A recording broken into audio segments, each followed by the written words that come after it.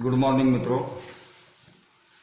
साहित्य जगत बी.ए. भाग 1 की और एक कविता पैदल आदमी रचनाकार रघुवीर सहाय हमारे पाठ्यक्रम में निर्धारित है। उस कविता को आज हम देखने जा रहे हैं। रघुवीर सहाय लेखक, रचनाकार और पत्रकार के रूप में सर्वपरिचित है। कहानी संग्रह, कविता संग्रह, लेख, टिप्पणियां, मतलब कॉलम राइटर के रूप में आप सर्वपरिचित हैं। रघुवीर सहाय ने जो कविता लिखी है पैदल आदमी, इस कविता के द्वारा भारतीय जवानों के प्रेम वीरता का जो है वह वर्णन उन्होंने किया है। इस कविता के द्वारा उन्होंने भारतीय जवान किस हालत में अपने देश के लिए बलिदान देने के लिए जरा सा भी नहीं हिचकते, इस बात को उन्होंने स्पष्ट किया है। ये जो कविता है वो भारतीय सैनिकों के पराक्रम का वर्णन करती है। इस कविता के द्वारा उन्होंने पैदल आदमी, ये शीर्षक भी बड़ा अनूठा है कि यह शीर्षक एक सर्वसाधारण मनुष्य का प्रतीक है और इस सर्वसाधारण मनुष्य के संरक्षण के लिए, उसकी रक्षा के लिए, सुरक्षा के लिए भारतीय जवान किस प्रकार से अपनी जान की बाजी लगाते हैं, इसको उन्होंने यहाँ स्पष्ट किया है। अक्सर दो देशों के बीच जब युद्ध शुरू होता है या युद्ध भी नहीं होता तो भी सीमा पर तनाव होता रहता है और इस तनाव के कारण सीमा के इस पार और सीमा के उस पार दोनों जगह पर जो है वो सैनिकों की लाशें जो है वो पड़ी रहती है और ये लाशें अनजानी होती है, उनका कोई नाम नहीं होता, क्योंकि इस प्रकार से जब युद्ध होता है तो सैनिकों की देह जो है बड़ी क्षत विक्षत होती है, जख्मी होती है और उनकी पहचान लगाना बड़ा मुश्किल होता है। तो यह बात कवि ने यहाँ स्पष्ट किया है।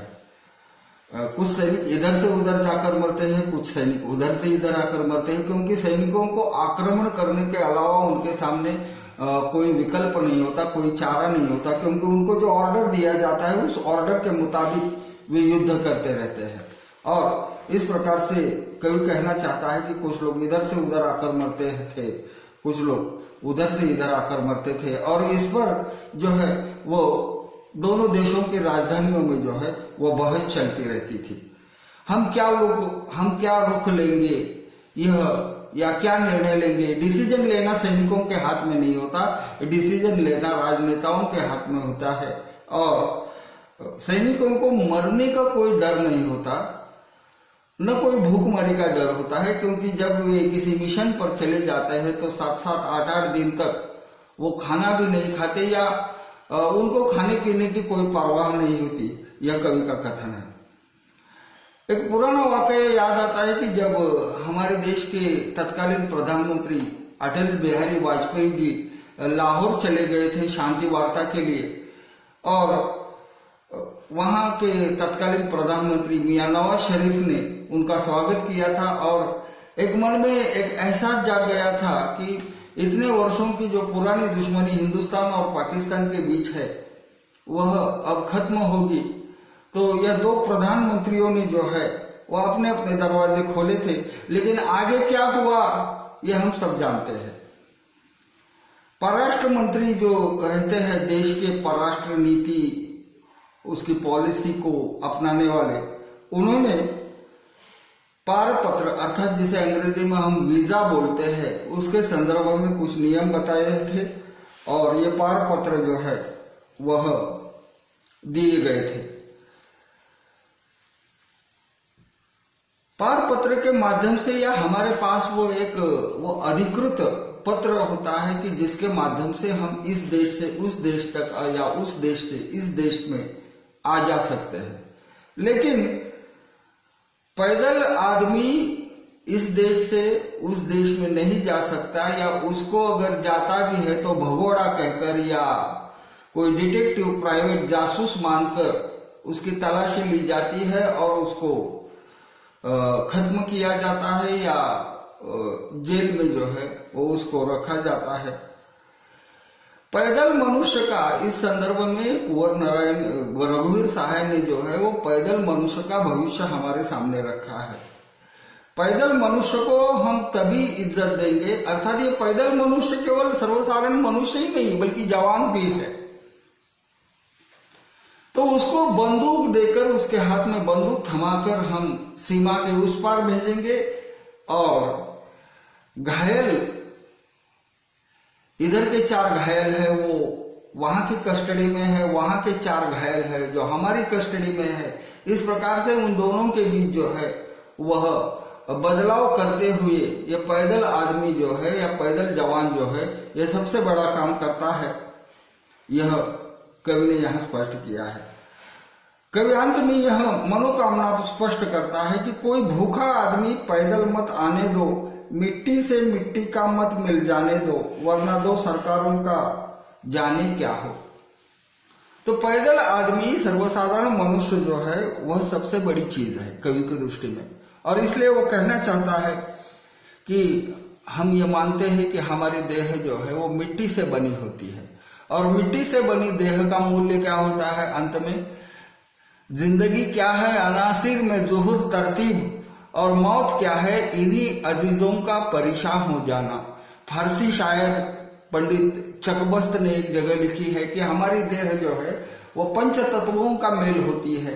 पंच तत्व हम सब जानते हैं, मिट्टी, पानी, आकाश, आग और धरती। तो इन पंच तत्वों से वायु रहा बीच में, क्षमा करें, वायु एक तत्व है। तो इन 5 तत्वों का मेल जो है उससे यह हमारी शरीर बनता है, और इस प्रकार से इस मिट्टी को मिट्टी में एक दिन मिलना ही है, लेकिन वो बेवक्त न मिले, यानी अपनी पूरी जिंदगी खत्म होने के बाद जब कोई आदमी मृत्यु की गोद में चला जाता है तो हमको उसका कोई दुख, अफसोस नहीं होता। लेकिन अगर कोई युवा मनुष्य, कोई सर्वसाधारण आदमी कि जिसने अभी दुनिया भी नहीं देखी है, वो अगर मृत्यु के आगोश में चला जाता है तो हमें इसका अफसोस जरूर होता है। और यही बात कवि ने यहाँ स्पष्ट कर दी है कि सरकार चाहे कुछ भी डिसीजन ले, निर्णय ले, हमें कोई उससे आपत्ति नहीं है। कवि का कथन यह है कि पैदल आदमी और पैदल जवान दोनों का जो है वो अपने अपने स्थान पर महत्व है, और इसलिए यह कविता पूर्णतः सैनिकों की शौर्य गाथा का ही वर्णन करती है, सैनिकों के पराक्रम का वर्णन करती है। और इस कविता के द्वारा कवि ने इस बात को स्पष्ट किया है कि सीमा पर सैनिक है, इसलिए हम सब लोग यहाँ अपना जीवन यापन कर रहे हैं। सैनिकों को जो सम्मान मिलना चाहिए वह नहीं मिलता। अक्सर हम सफर के दौरान देखते हैं कि लोग बर्थ पर बैठते रहते हैं, और बेचारा सैनिक जो होता है वो अपने होल्डॉन पर बैठा रहता है, उसके आंखों में नींद होती है, लेकिन किसी मनुष्य को यह प्रतीत नहीं होता कि उसको आदर या सम्मान दे, उसके लिए अपनी सीट की थोड़ी सी जगह देकर उसको आराम करने की सलाह दे।